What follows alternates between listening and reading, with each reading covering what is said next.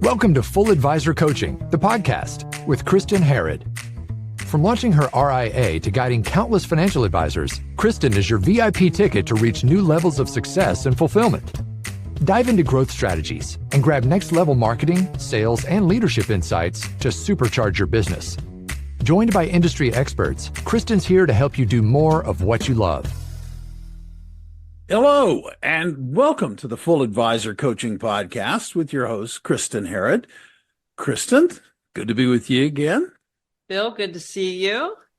Yeah, I'm excited about today's episode because I'm looking forward to this because as we're recording this and when it airs, it's going to be early June. And you are currently in the middle of a V2 Leaders program at the moment, but you've got a new one that starts in June.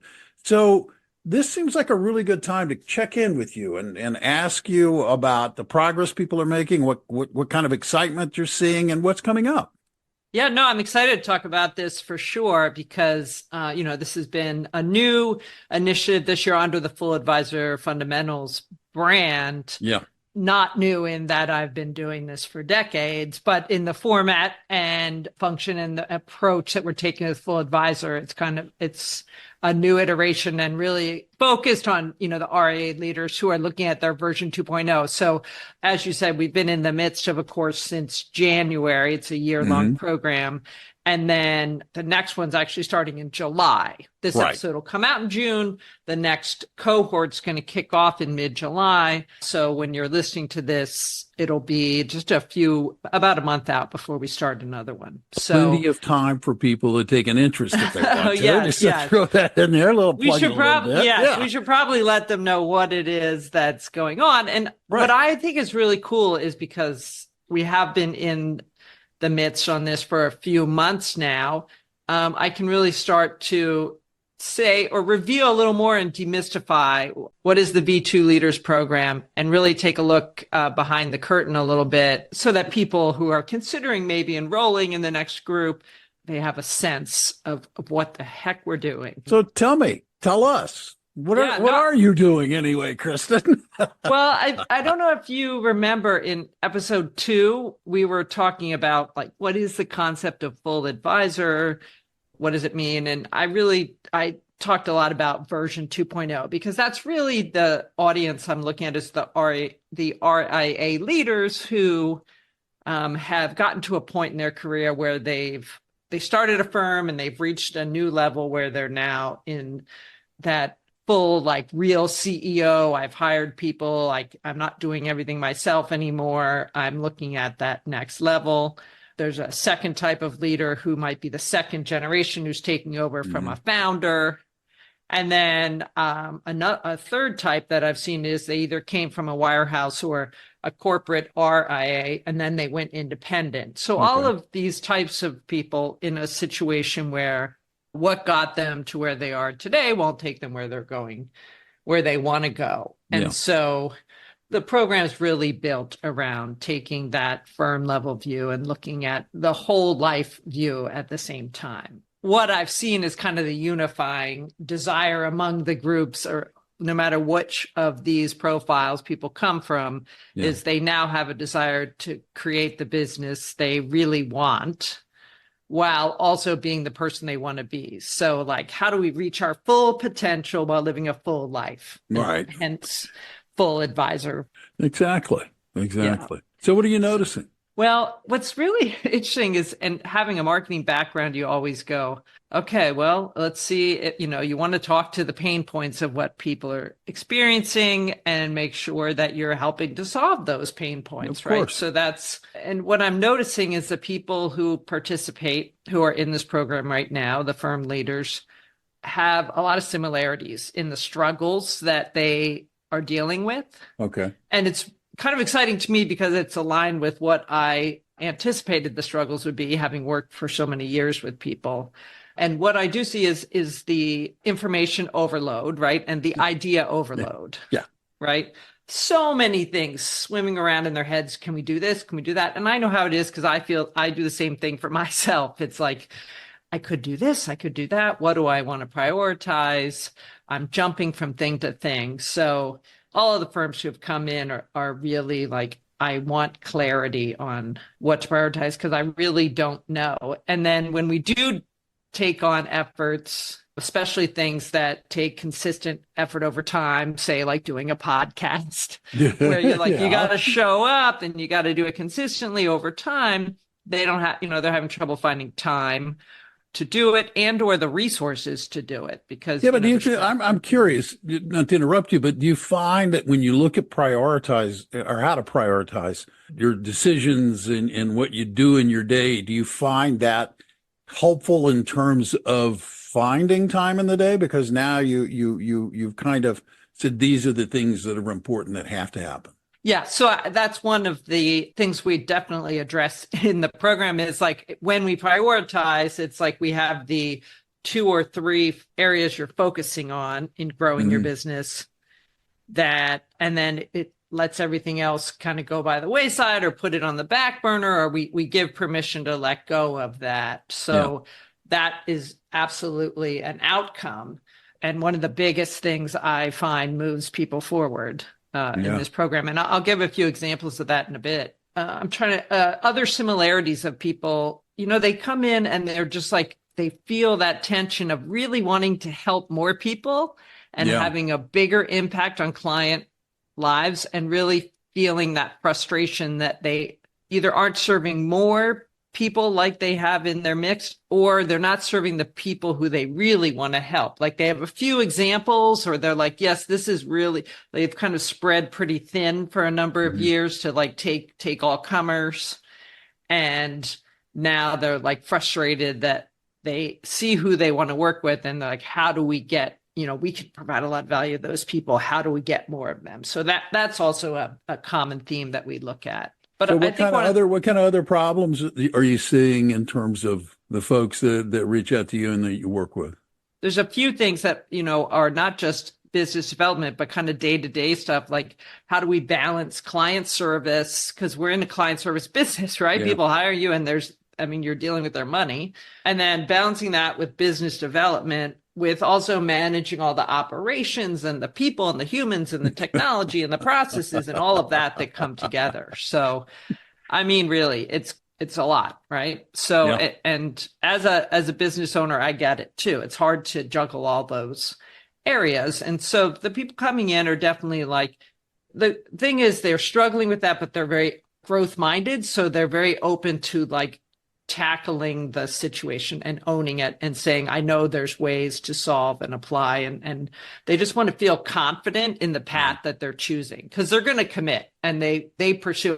These folks are working hard and they're focused and they're following through and they ultimately are looking for the accountability of having someone in their corner, right? And so that's what's been really interesting to see over the past, it's been about 4 months at the time of this record in April. It's about 4 months in. And so what I did, Bill, was actually I sent a survey out to the participants because I wanted to get and they're not afraid to comment, right? And share what's working, what's not working, what do they want to fix, what would they like more of? So it's been really exciting for me and overall extraordinarily positive, which is exciting. And then, areas where it's like, hey, can we tweak this or do this a little differently, which is fantastic feedback to get from people. I am curious to hear what kind of feedback you got. I know I've got examples, so you might see me kind of darting down and reading because I want to use the words people used that they put in the survey. So I've kind of pulled a few things together. But what I think kind of an overarching one that I liked was someone saying it was clear that this program is for firms who are all in. And I was like, the person who wrote this is referencing like the promotion and the engagement and enrollment of getting people in and the setup. Essentially, she called out, she's like, with the investment, like the monetary investment and the time commitment, you got to be all in. So it is about commitment, right? Committing to the program, to your own growth, and then to the growth of the other participants. What I really like is people are showing up. They're doing the work and we're starting to see the progress. That's the most fun part, right? Yeah. They're supporting each other. They're eager participants whenever we come in, and we do a bunch of different types of formats that I can get into. We have our group calls and accountability meetings, and they're very supportive of each other. I do one-on-one sessions for personalized direction with them, and they're showing up, they're asking questions, they're following through. Not always 100%, but that's part of, running a business and continuing to stay accountable and staying on track. Yeah. But it's just been really fun to have people who have said, yes, we're committed to this, and we're all in, good or bad, whether or not we, complete what we said we'd do or don't, and we need help. It's this great hybrid of kind of personalized and group work and a lot coming together. So I'm having fun with it. It appears that others are too, with the note saying, hey, you got to be ready to do this. It's not for everyone, right? Well, no, that's good. I mean, I would think that you would want to work with people who are committed. That doesn't surprise me. I mean, Right. And it's not, it's not really kind of fair for the other people who have stepped up if someone's like, oh, I'm not showing up, or I'm not doing this, or I'm not doing that. Because even though I'm leading the group and I'm taking people through, there's a ton of benefit of getting the insights from other firms who are going through it, the sort of camaraderie of knowing others are at the same place you are, getting the new ideas that aren't just coming from me, but they're coming from others in the group, and we get multiple perspectives. So that all comes together. And so you have to show up for that. And what I really like too, given the focus that I have on here, is that they're all in on living a fulfilled life too. So it's not just about the work, right? Okay. Yeah. It's about the sort of whole life fulfillment too. And it's kind of natural in the people who have showed up. And the first sort of inkling I got of this, aside from them, stepping in and joining the program, was we did in the first month of the program, we really focused on vision and creating what you want, what's your 3-year vision, getting clarity on the path forward. And if you recall, we talked about that in episode 3. Yeah. So if listeners want to kind of hear a bit about how I approach that, I go through that in episode 3 on how to look at the vision and incorporate values. And without a doubt, all of the visions that came back were whole life focused, not just for the leader of the firm, but for themselves and for their team members, and the vision that they paint about how people participate or live in the firm, which I think is really exciting. And yeah, I think that's exciting. I think it's tremendously positive. Wow. So all of them spoke about how important it was to make space and time for life outside of work, which I really respect from them. And it could be they're non-negotiable on keeping a 30-hour work week, or they want to take Fridays off in the summer. They've been doing that. They want to keep doing that. They're not looking to add on. They're looking to take away and allow more time outside of the office, whether it's extended travel or trips or time with family. Fitness is big. I think everyone is actively engaged in their health who's participating in the call. Now, that is not a requirement for the program, but I have a feeling, because I tend to talk about it or post about it and get out there, that it's just sometimes who I draw in. And I encourage showing up to meetings straight from the gym, which I do have people come in saying, oh my God, sorry, I just came. And I'm like, don't apologize. I'm super happy that you've taken the time and built that into your schedule.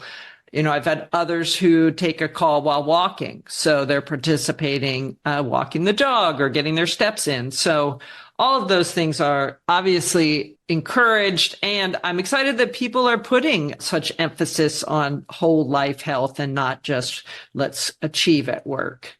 I've had some people miss for vacations.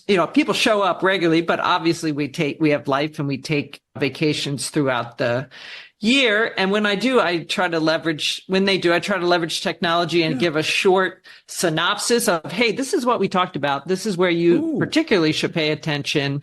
We use Loom. I send it out so they can watch the whole recording of whatever we've talked about. But I also say, hey, this is the short version in case you need it, because I want people to keep moving forward. That's great. And I'm just curious, do they receive that really positively, or? They did, actually. I was going to say, I haven't had to do it too much because people have been showing up, but they actually wrote a thank you of like, thank you. That was really helpful. And then they know they can go back and watch, or they go, tune in, but it at least gives the like quick, let's get you back on track so that you know what we talked about. And then you can dig into the deeper stuff. So that's gone well. Excellent.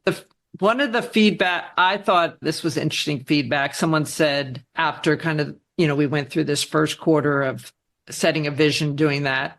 She said, everyone set a new stake in the ground that's driving the work we're doing now. She was saying everyone claimed something new and they're taking action on it. And her advice to the next group was, be ready to claim your new stake. I liked that. I was like, oh, okay. Like they all came in going, well, I'd ideally like to be able to do X, Y, and Z. And like, we just took that, made it, moved it forward and put the stake in the ground, which it's been really, that was a cool insight, because I think I kind of took that for granted when that was a nice reflection to hear back. No, that is great. Yeah. Yeah. And then, we did the vision, and then we get into, the big thing is like, what are you going to do this year? Which strategies apply? What are the priorities that fit for you? And this is where we got into that business development ecosystem exercise that we talked about in episode 4.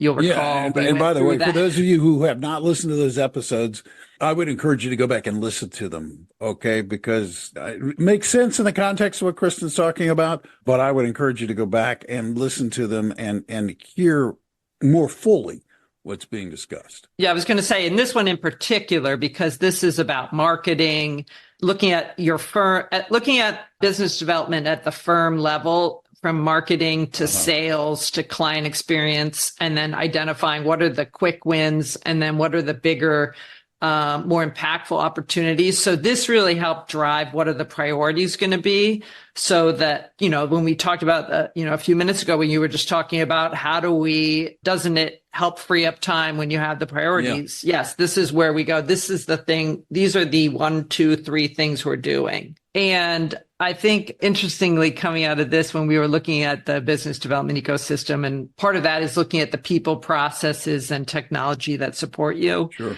And one of the firms who absolutely resisted project management software, what kept saying they wanted to be able, it was 2 leaders, because you can have more than one RIA leader in the program. So there are 2 leaders. They said they wanted to be able to take time away from the office independently or sometimes together. And I was, encouraging them, please take a look at this technology. And then a few weeks later, they came back and said, we implemented Asana, which is a tool that allows you to take the notes out of your head and put them somewhere so other people can act on them. And essentially, we had talked about how I was like, you're not going to be able to step away if other people can't pick up the ball for you because you haven't communicated it, right? So again, a little bit of a go back in the other episodes. We talked about that in episode 7, where I got into time management priorities and stuff. But this was where, just by taking a small move and being aware, like they resisted. They even said, I like writing things down. I like doing this. And I said, great, you can still do that. But if your vision is to be able to take time away, or have both of you take time away at the same time, you need your team members to be able to know what's going on, what's happening, and be able to step in. And the best way to do that is to have it documented somewhere centrally where everyone can be involved. So that was a big win that came out of just looking at the ecosystem and saying, what are the priorities? And that was one of those quick wins, right? Like, let's just get that going. Right. So that was exciting. Then, so we did the ecosystem, we looked at all of that and did those exercises. And then we break it down into, all right, what are the specific actions to make it very digestible? And so the language we've been using is quarter 2 rocks, which is an EOS terminology and entrepreneurial operating system. A number of firms that I've worked with use that system, which is outlined in the book Traction by Gino Wickman. Whether or not you use that system or not, it's really about saying, what is it that you're going to get done in the next quarter? So That's been really big because it's always with these programs and whenever I'm working with firms, it's a balance of how much strategy do we spend time on and how much do we focus on tactics, because you can talk strategy all day long, but if you don't implement, you're not getting anywhere. So one of the firms that is participating, who's a little bit on the larger side, said, they're really excited to have direction as a firm, and that they have this direction and strategy. And now the second half of the year, they're going to be able to do their implementation. So as they put it, they were able to clear the decks in this first part of the program of these lingering initiatives that were just kind of absorbing too much mind space.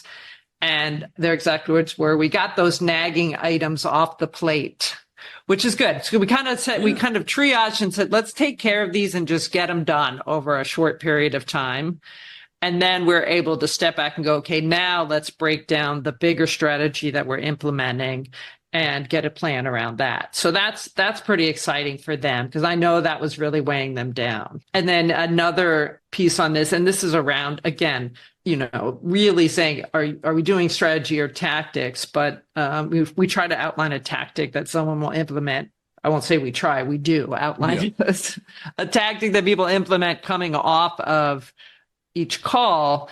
And as one of the firms said, there's a healthy level of accountability with the structure and how we do this, where she's able to push herself more than she would without having me hold her accountable, or having even the group holding her accountable. That really elevates it. Sure, it's one thing to have it accountable to me, which we do in our one-on-one time, but when we're bringing it back to the group and people are sharing, where have they gone, what have they done, it really does, bring it up a level. Well, I do remember in a past episode, and I can't remember which one it was offhand, but, you talked about progress versus perfection. And I'm wondering if you've gotten any feedback on that, because I love that one, because we all get frozen with, this has got to be perfect. And I enjoyed that episode. Yes.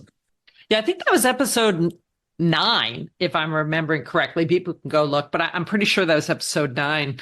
Progress over perfection, which, I talked about the perfection paradox. And that is an area where I think that ultimately is one of the biggest benefits of coaching, is to have someone say it's good enough to move forward, right? And I do have someone, let me see, they came back with, what's been most helpful is how you help clarify the purpose of a particular project.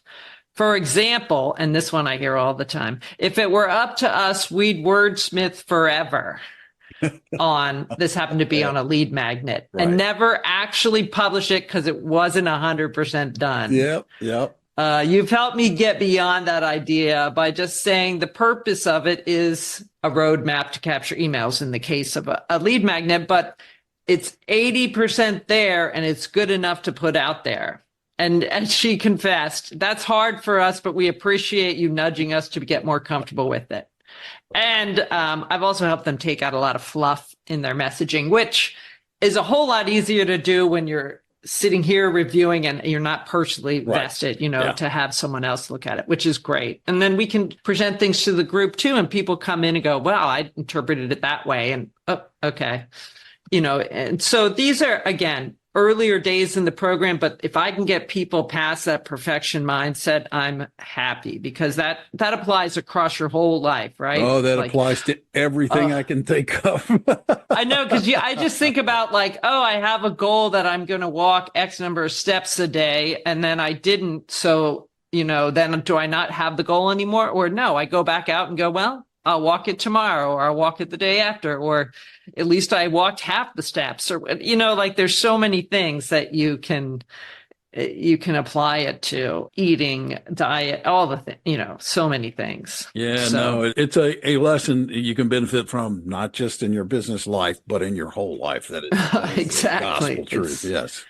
Yes, absolutely. Yeah, another exciting thing, we've gotten enough foundation in place now that can see where do we need expert help beyond my expertise. One of the big things that people had interest in and wanted to learn about was SEO. So we met Brent Carndiff in episode 8. That was a great episode, by the way. Fascinating to me. That's where it gets into it. I think it appeals to the way that a lot of financial advisors think and operate, not myself, but others, but in the way that there's winners and losers and a scoreboard. And Brent had a great way of sharing that. So the fun part about the program is I can balance bringing in experts for things that I want people to know about, whether they know that they should know that or not. So there's kind of here's things you know that are helpful for you to know, as well as I can adjust and help them learn where their interest is and or where I can see a collective need. So that's a lot of fun for me from a creative standpoint to say what best serves this audience right now. But yeah, we're coming, again, it's only 4 months in upon reflection. We're going to continue the supporting implementation because that's big. It's really about, helping people through the time where like, all right, this is less exciting for me, but I need to finish because if I don't follow through, it's not going to help. So I'm kind of hand-holding, helping through getting through these initiatives. As we get closer toward the end of the year, we'll look again, check back in on that 3-year vision and look ahead and say what is in store for next year. So that's, exciting, kind of keeping the momentum going. I'm looking forward to having some more guests come on. I learned too in that situation. So it's fun for me in that way. And as one of the participants said, he said, looking back in Q4, I'm looking forward to listing out all the things we used to do versus the things we do now. Oh, I love that. Like, okay, we used to do that or get stuck on that. Yeah. Now we do it this way, which is way better, so. No, that's a great way to internally mark progress. No, that's fantastic. Yeah. Yeah. No, I thought it was good. And you know what, people often, that's what I am super excited because I already see the progress. And so it's really fun to have that reflection back already at the end of, month 3 or 4. And then I just know where it's going, given I can tell this group is, they're committed, they're ready. And we're getting a lot out of, I've done a lot of one-on-one work, Bill, with one-on-one coaching and then doing consulting at a higher level where I'm coming in and, I'm a consultant coming in and they're paying me 4 or 5 times what someone would pay to be in this program. And I love a group hybrid program where I participate in them myself.